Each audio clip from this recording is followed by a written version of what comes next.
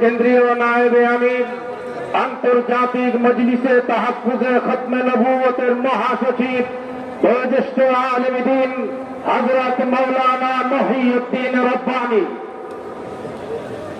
বিসমিল্লাহির রহমানির রহিম। সংগ্রামী সভাপতি, সমবেত স্ত্রীদের কেন্দ্রীয় নেতৃবৃন্দ, আমার সামনে আমার সহযোদ্ধা বন্ধুরা, সর্বপ্রথম আমি একটা কথা বলতে চাই। এই সরকার যারা শপথ নিয়েছেন, ডক্টর ইউনূস সাহেব সহ তাদের যে ইমেজ নিয়ে তারা